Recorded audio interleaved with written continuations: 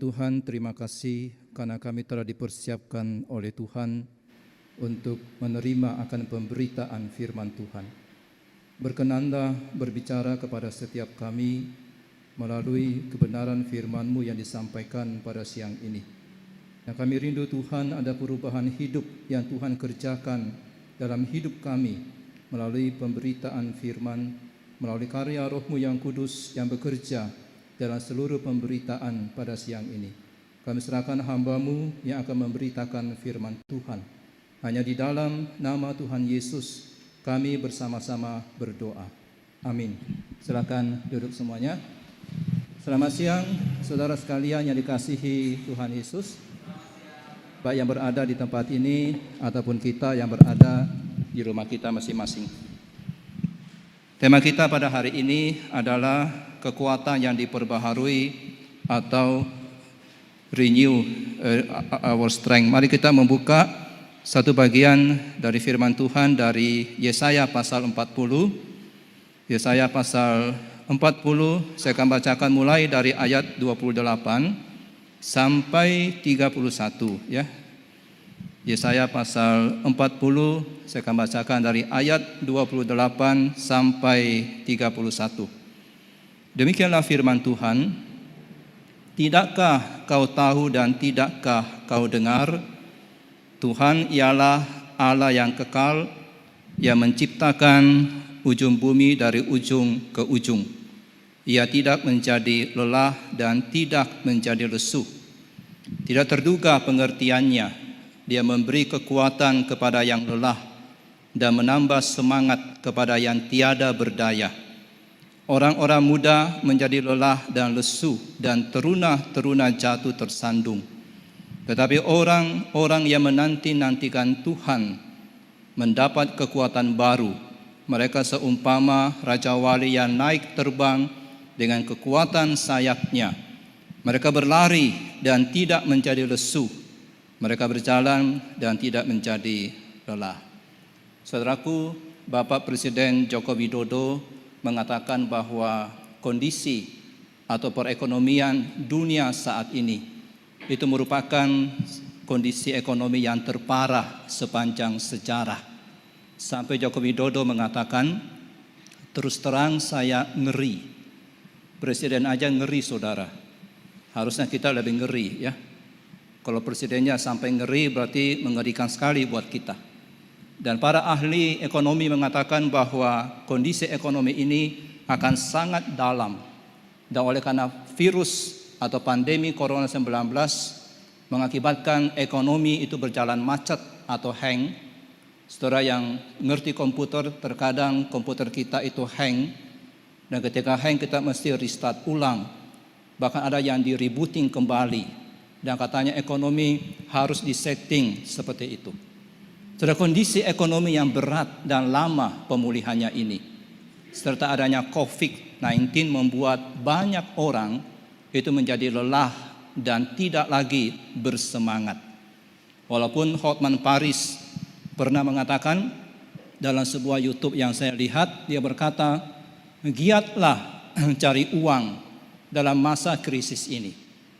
Kumpulkan uang, miliki uang cash kata dia.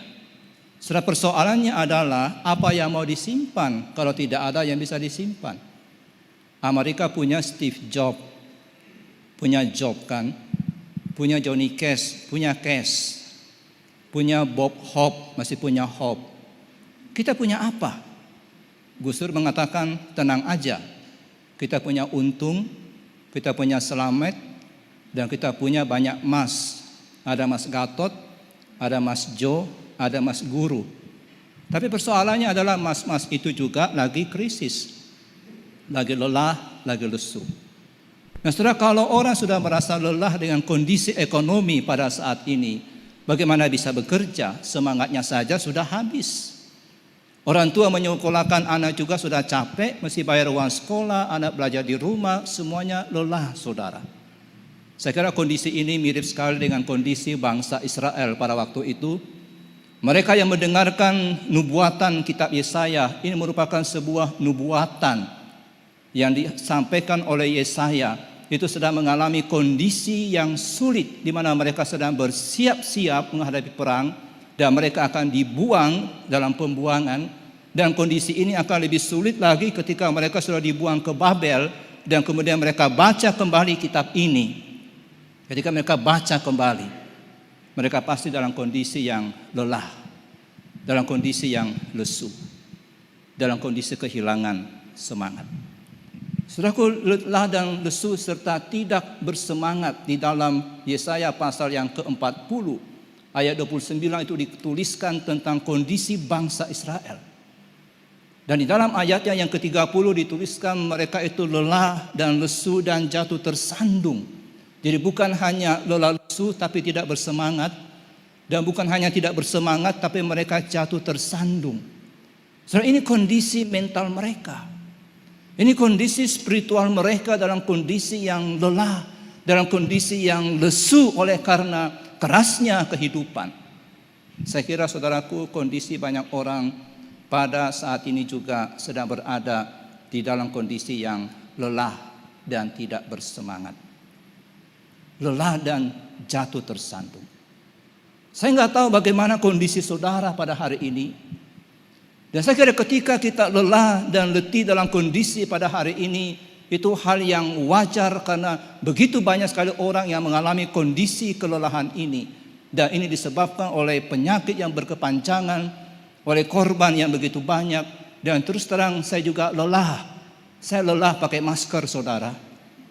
Di mana-mana harus pakai masker. Di mana-mana harus menjaga jarak. Ya lumayan sih masker melindungi kita dari virus, juga melindungi wajah jelek. Lumayan saudara. Saya suka pakai masker, akan lebih cakep kelihatan. Penyebab dari kondisi pada hari ini adalah disebabkan oleh virus dan oleh kondisi ekonomi. Dan banyak orang menjadi lelah dan tidak bersemangat. Saudara, apa sih artinya lelah dan tidak bersemangat? Lesu dan jatuh tersandung. Artinya adalah kegagalan karena kehilangan kekuatan dasarnya, kekuatan esensinya. Nah, jika seseorang sudah kehilangan semangat, maka orang itu sudah kehilangan sebuah kekuatan esensial. Sudah tidak ada lagi semangat, tidak ada lagi niat, sudah lelah, sudah burn out, mau kerja apa juga sudah malas, sudah cepat capek, tidak ada gairah lagi dalam hati dia. Bagi seorang siswa, sudah ogah-ogahan belajar, saudara. Jenuh belajar di rumah. Lebih enak belajar di sekolah karena ada banyak teman. Di rumah itu jenuh, lihat papa lagi, lihat mama lagi. Nah, bagi yang kerja sudah enggak semangat juga, semua dikerjakan seadanya saja, yang penting memenuhi tuntutan. Dan bagi yang pelayanan juga ada banyak yang kehilangan semangat. Nah, termasuk orang Kristen. Kita mungkin hari ini kerohanian kita mandek. Sudah kekuatan manusia itu terbatas. Semangat kita juga terbatas. Kita nggak bisa terus bersemangat belajar. Kita nggak bisa terus bersemangat dalam bekerja. Kita nggak bisa terus bersemangat dalam melayani Tuhan. Kita nggak bisa terus dalam kondisi yang tidak lelah karena kita manusia. Dan ciri dari manusia adalah lelah. Itu ciri kita. Ciri kita adalah capek. Kondisi ini bisa dialami dalam setiap situasi, baik dalam situasi yang baik ataupun situasi yang buruk, tetapi itu akan bertambah semakin buruk ketika kondisinya buruk dalam kondisi pada hari ini. Dan sama dikatakan dalam ayatnya yang ke-30 bahwa mereka lelah, lesu dan jatuh tersandung. Artinya kurang lebih mirip bahwa ini adalah kelelahan karena kerasnya kehidupan. Kerasnya kehidupan saat ini membuat banyak orang menjadi lelah, lesu dan jatuh tersandung. Saudara yang masih belum bekerja, saudara yang masih sekolah dan masih ditanggung oleh orang tuamu, saudara mungkin tidak merasakan langsung kerasnya kehidupan. Tapi saudara bisa merasakan itu ketika saudara berkata kepada papamu seperti ini, "Papa, saya mau beli buku. Saya mau beli alat tulis. Saya mau beli notebook." Tapi orang tuamu mengatakan nanti saja, tidak ada uang. Saudara merasakan itu. Atau ketika saudara hendak bayar uang sekolah dan udah ditagih dan orang tuamu mengatakan tidak bisa bayar. Itulah kerasnya hidup. Seorang tua merasakan akan hal ini. Mereka merasakan kelesuan dan dikatakan mereka jatuh tersandung oleh karena kerasnya kehidupan ini. Ekonomi mandek, pengangguran bertambah, pendapatan berkurang, dan PHK semakin bertambah. Dan kondisi ini menyebabkan banyak orang menjadi lelah, tidak bersemangat, lesu dan jatuh tersandung. Dan saudara, celakanya adalah ini banyak berdampak kepada kerohanian daripada orang-orang Kristen. Tekanan dan kerasnya hidup mengancam bukan hanya ekonomi kita, bukan hanya mengancam akan fisik kita, tapi juga mengancam spiritualitas daripada orang Kristen. Saudaraku, siapa sih yang sesungguhnya mengalami akan kelelahan ini? Siapa yang mengalami dampak ini, saudara? Apakah orang tua yang mengalami dampak ini? Apakah seorang lansia yang kehilangan semangat dan jatuh tersandung? Seorang pensiunankah? Atau seorang anak sekolah minggukah yang mengalami ini? Bukan, saudara. Bukan orang tua yang mengalami kelelahan ini. Tapi ayat yang 30 berkata, orang-orang muda. Saudara yang muda. Orang muda. Dikatakan menjadi lelah dan lesu. Teruna-teruna jatuh tersandung. Siapa yaitu yang lelah dan tidak bersemangat? Siapa yang lelah, lesu dan jatuh tersandung, saudara? Sangat menyedihkan, bukan orang tua. Kalau orang tua yang jatuh tersandung, kalau orang tua yang tidak bersemangat dan lelah, kita bisa maklum. Karena orang tua memang sangat rentan, lambat tidak bisa cepat capek. Udah capek bekerja sejak muda dan sudah pensiun. Hingga wajar dan kita bisa memahami kalau mereka tidak bersemangat, kalau mereka lelah. Tetapi yang dikatakan lelah ini dalam firman Tuhan, yang dikatakan tidak bersemangat, yang dikatakan lesu dan jatuh tersandung ini, saudara, itu menggentarkan hati saya. Dikatakan orang muda. Orang muda, saudara. Ini kondisi kita. Orang muda yang seharusnya kuat, tapi mereka lelah. Kalau orang mudanya saja lelah, saudara, betapa lebihnya orang tua. Orang tua bukan hanya lelah tapi ngos-ngosan. Dan ini gawat, saudara. Karena yang lesu dan lelah itu bukan orang tua, tetapi orang muda. Orang muda yang seharusnya kuat. Orang muda yang seharusnya tidak kenal capek. Tapi di sini dikatakan mereka lelah, lesu, dan jatuh tersandung. Kalau orang mudanya saja seperti ini, bagaimana keluarga orang muda ini? Siapa yang bisa diharapkan? Kalau orang mudanya saja seperti ini, bagaimana dengan gerejanya? Bagaimana dengan Kak Imtong? Apa yang bisa diharapkan dari gereja yang orang mudanya letih dan lesu? Dan kalau orang mudanya seperti ini, bagaimana dengan bangsanya, saudara? Apa yang bisa diharapkan? Presiden pertama RI Soekarno pernah mengatakan, beri kepada saya 10 pemuda dan saya akan goncang dunia ini. Dunia akan tergoncang kalau pemudanya tidak lelah, kalau pemudanya kuat.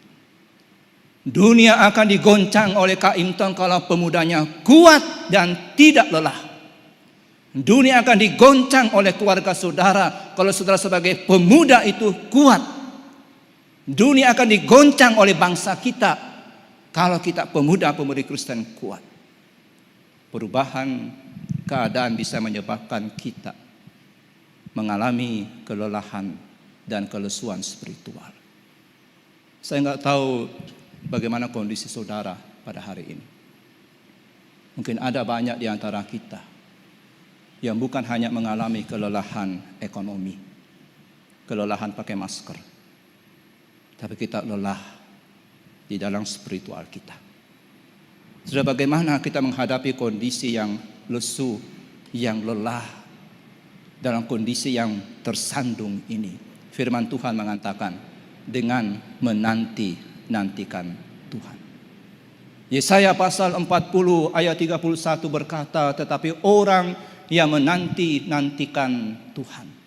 Hadapi kondisi yang buruk pada hari ini saudara dengan menanti-nantikan Tuhan, yakni dengan bergantung sepenuhnya kepada Tuhan.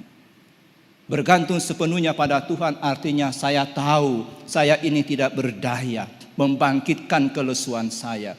Saya tidak berdaya dalam menghadapi persoalan saya.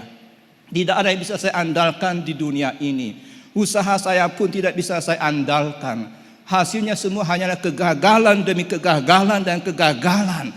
Tapi saya akan menantikan Tuhan. Saya akan percaya kepada Tuhan. Saya akan taruh pengharapan saya kepada Tuhan. Itulah artinya menanti-nantikan Tuhan.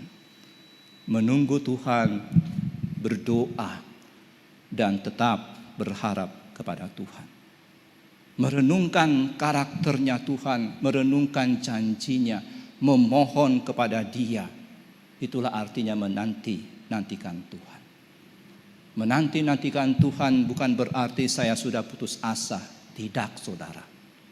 Orang yang menanti-nantikan Tuhan itu masih ada harapan, dia tidak putus asa. Dia taruh pengharapan dia dalam Tuhan. Seringkali saudaraku orang Kristen melakukan dua dosa. Yang pertama adalah percaya diri dengan menjadikan dirinya Tuhan, merasa sangat hebat. Merasa sangat hebat. Yakin sekali bahwa semua usahanya pasti berhasil. Yakin sekali bahwa semua rencananya pasti terlaksana. Itulah orang bodoh. Seperti yang dikatakan oleh Amsal, jalan orang bodoh itu lurus dalam anggapannya sendiri. Dalam anggapannya saja.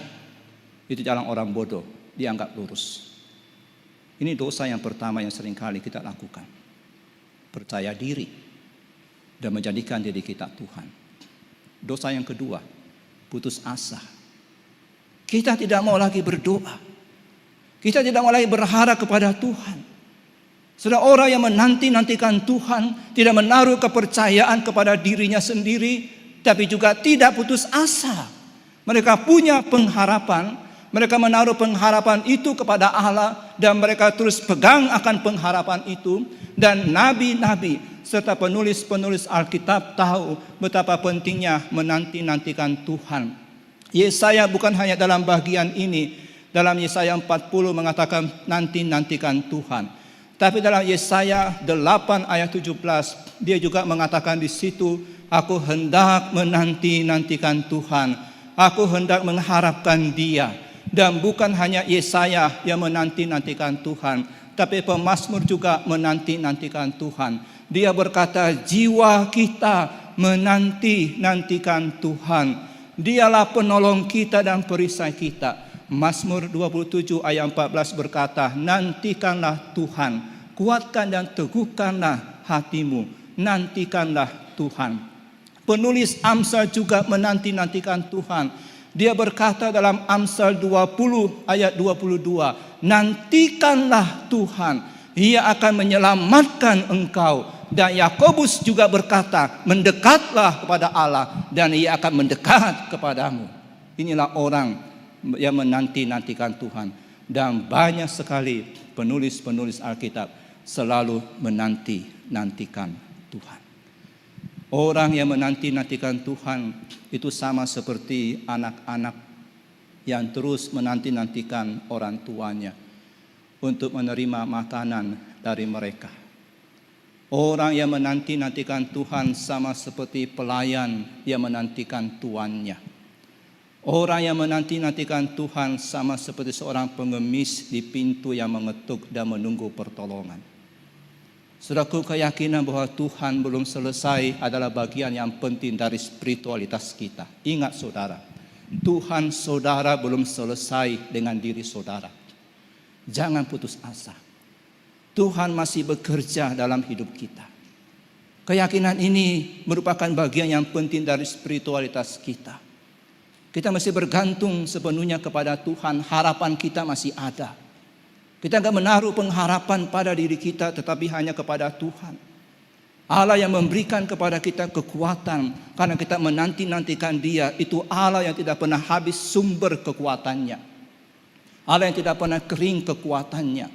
Tuhan adalah pribadi yang memiliki kekuatan yang sangat besar dan Dia memberikan itu kepada kita.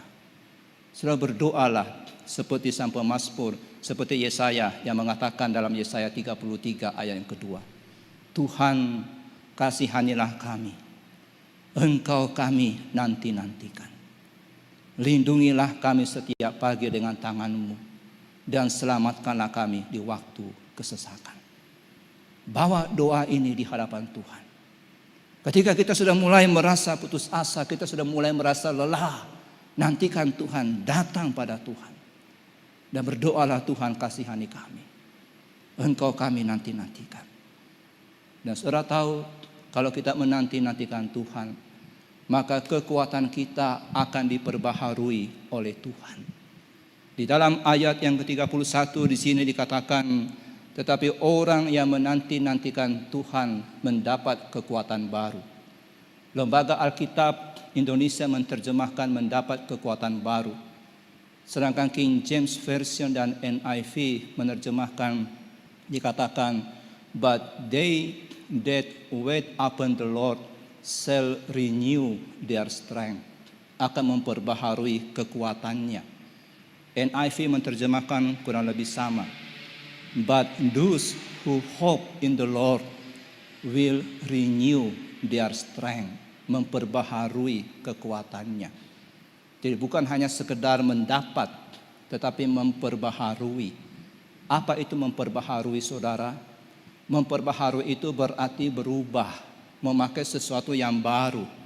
Kata memperbaharui berarti menukar. Saya melepaskan jas saya, kemudian saya tukar dengan jas yang baru. Itu memperbaharui.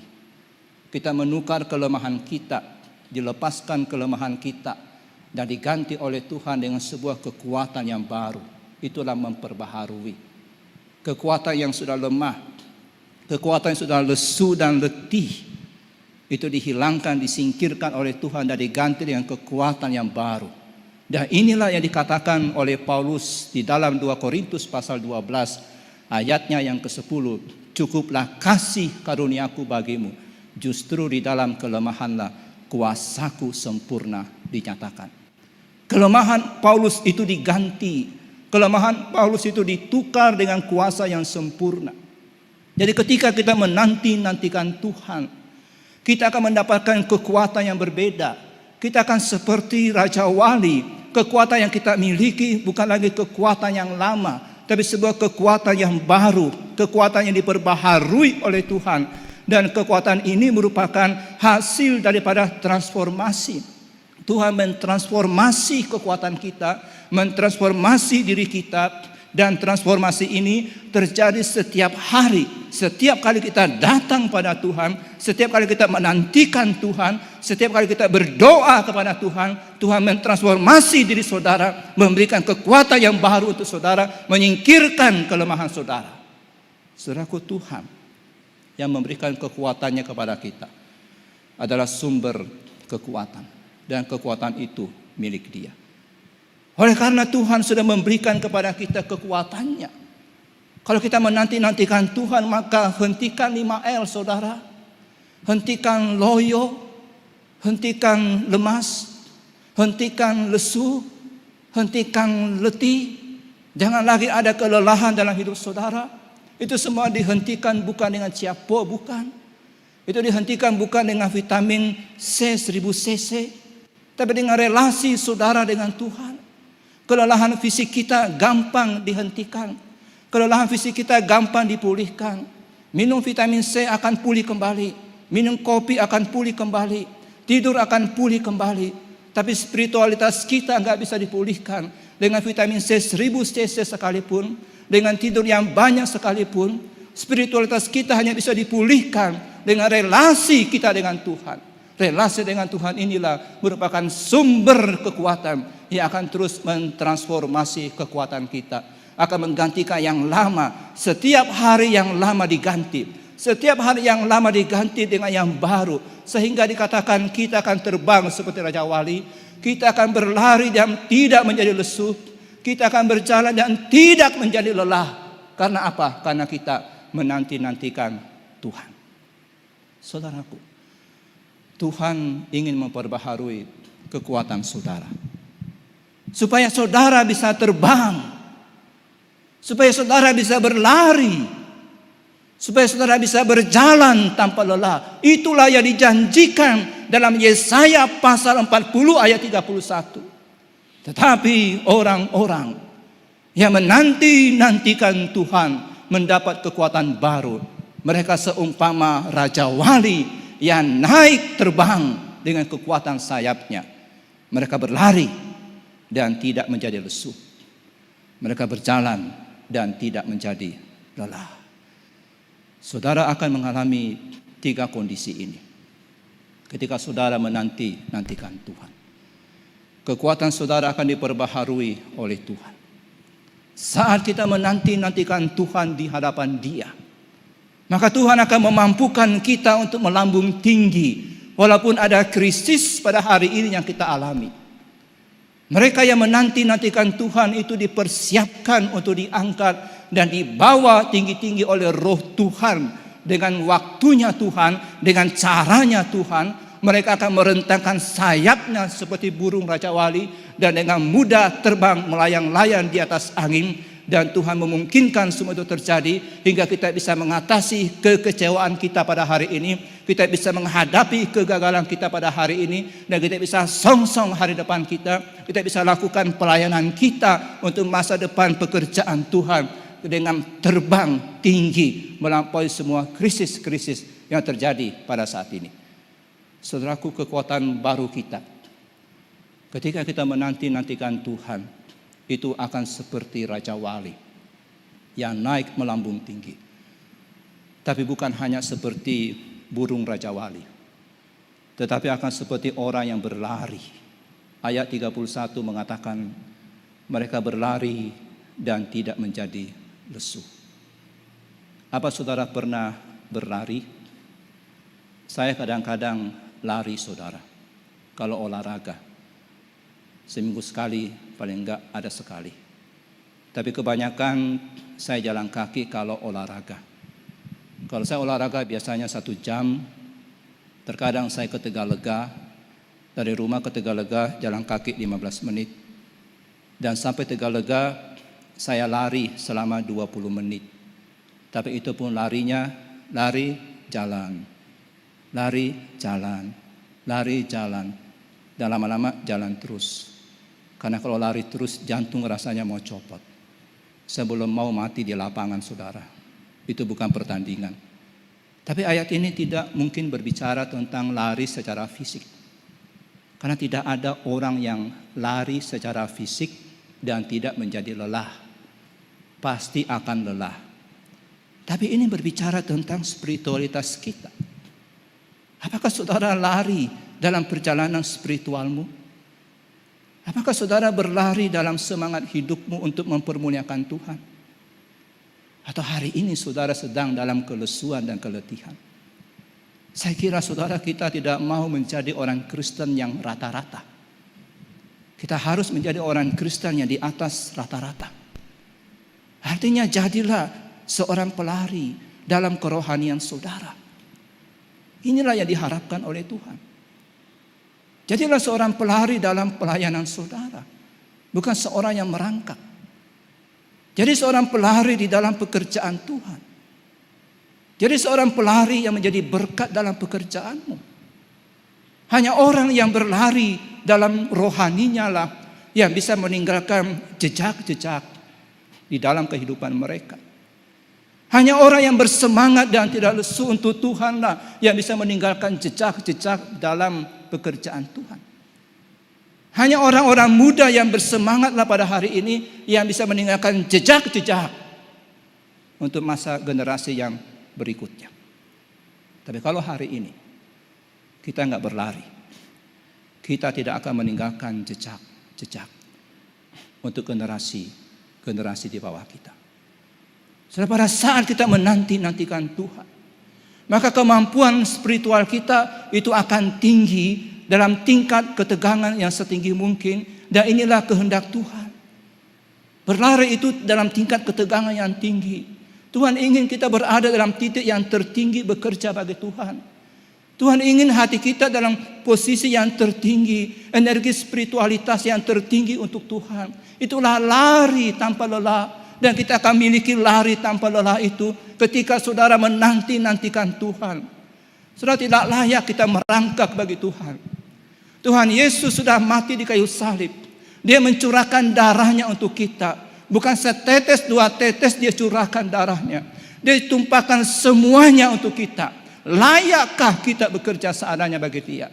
Layakkah kita hidup seadanya bagi Dia? Layakkah kita lakukan semuanya dalam keletihan, kelesuan? Tuhan menuntut kita lari tanpa lelah, karena Dia sudah melakukan hal itu untuk kita. Saudaraku, kita akan lari dan tidak menjadi lesu kalau kita menanti-nantikan Tuhan. Kalau saudara belum pernah berlari tanpa lelah dalam kehidupan rohanimu, maka saudara belum mengalami pertobatan kedua. Martin Luther mengatakan, berlari untuk Tuhan itu adalah pertobatan kedua. Pertobatan pertama kita bertobat dari segala dosa kita. Pertobatan kedua adalah saya bertobat dari kemalasan saya untuk Tuhan. Kalau saudara belum pernah berlari untuk Tuhan sampai hari ini, saudara belum mengalami pertobatan kedua. Sungguh luar biasa ketika seseorang tidak hanya diselamatkan dari kuasa dosa, tapi kita diselamatkan dari kelambanan. Saudara harus berdoa sungguh-sungguh kepada Tuhan. Selamatkan saya Tuhan dari kelambanan. Selamatkan saya dari kelesuan. Selamatkan saya dari patah semangat. Hai pemuda, hai orang-orang muda, di manakah engkau pada hari ini? Di mana posisi hatimu? Mengapa engkau hanya duduk dalam kelesuan?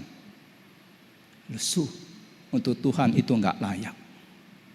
Lamban untuk Tuhan itu enggak layak. Lamban untuk pekerjaan Tuhan itu enggak layak. Lamban dalam pekerjaan kita, studi kita untuk Tuhan itu enggak layak. Lambang dalam hidup kita untuk mempermuliakan Tuhan enggak layak. Bertobatlah saudara. Bertobat dari kelambanan saudara. Bertobat dari kelelahan saudara. Itu bukan karakter Kristiani. Sekali lagi, itu bukan karakter Kristiani. Tuhan Yesus hanya 3,5 tahun menyelesaikan pelayanan penebusan. Siang dan malam dia bekerja bagi Bapa untuk menyelesaikan pekerjaan penebusan untuk saudara. Mari kita bangkit. Mari kita bangkit dari keletihan kita. Mari kita bangkit dari kelesuan kita. Dampak dari menanti-nantikan Tuhan, kita akan bangkit dari kelesuan kita. Kita akan bangkit dari kedinginan kita, di mana banyak sekali orang Kristen terjun bebas di dalam kedinginan ini. Dingin dalam melakukan pekerjaan Tuhan. Dingin dalam berdoa. Tidak ada api. Enggak ada semangat untuk Tuhan. Pandemik saudara. Corona ya corona. Tapi ini bukan berarti kita terlena. Bukan berarti kita dingin-dingin di dalam kerohanian kita. Di dalam hidup kita untuk Tuhan. Makanan kita adalah melakukan pekerjaannya dan menyelesaikannya. Dan jikalau kita ingin memenangkan mahkota, itu bukan dimenangkan mahkota itu dengan berkeliaran. Bukan saudara, mahkota dimenangkan dengan berlari sekuat tenaga.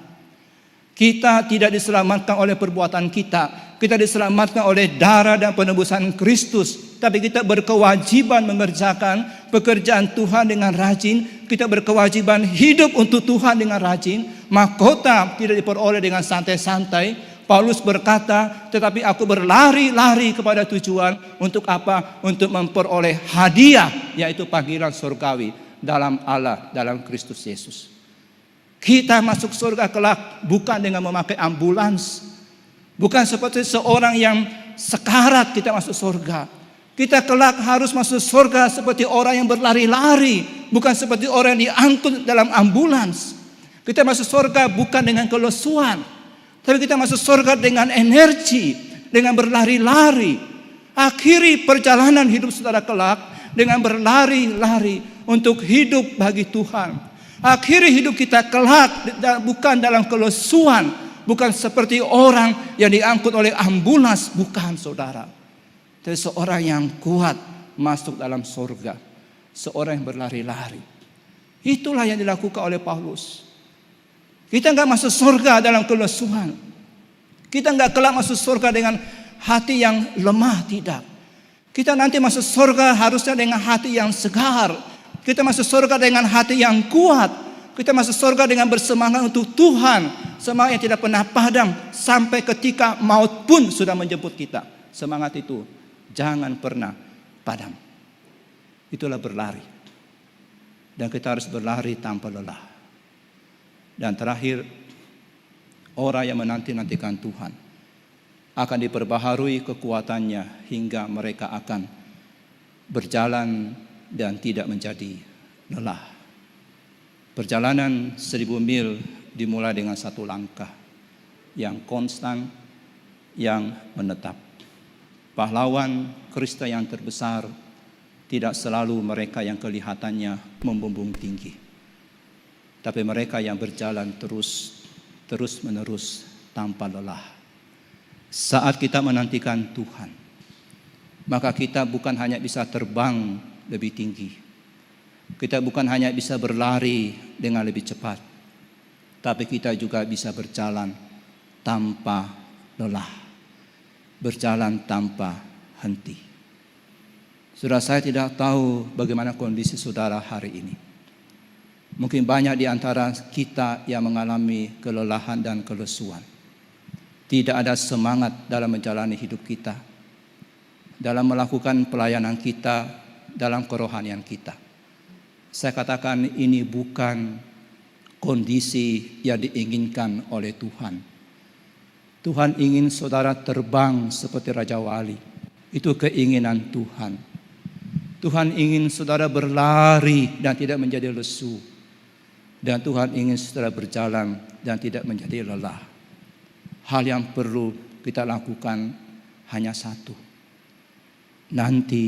Nantikanlah Tuhan. Jangan bersandar kepada kekuatanmu, tapi bersandarlah kepada Tuhan.